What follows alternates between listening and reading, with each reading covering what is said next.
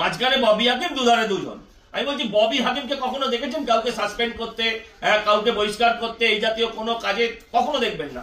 এই জাতীয় কাজ করার জন্য দলের সভাপতি থাকেন, এই জাতীয় কাজ করার জন্য দলের মুখপত্ররা থাকেন, বা শৃঙ্খলা রক্ষা কমিটি। তৃণমূলের শৃঙ্খলা রক্ষা কমিটি নিয়ে আমি আলোচনা করছি না, কিন্তু ববি হাকিমকে আজকে এত বছরের রাজনৈতিক জীবনে কখনো দেখেছেন? কখনো দেখেননি। তৃণমূলের আজকে ক্ষমতা নেই, তৃণমূলের আজকে ক্ষমতা নেই একজন মুসলমানকে সে বাবরি মসজিদ বানাক, সে 30% কেটে ভাসিয়ে দিক, কিংবা মমতার মা বাপ তুলে গালাগাল দিক, তাকে দল থেকে দাঁড়ায়। মুসলমান দিয়ে মুসলমান দাঁড়াতে হচ্ছে, হিন্দু দিয়ে দাঁড়ালে মুসলমান রেগে যাবে, এই ভয়ে। সাম্প্রদায়িক রাজনীতি কারা করছে পশ্চিমবঙ্গে আপনাদের চোখের সামনে এটা পরিষ্কার।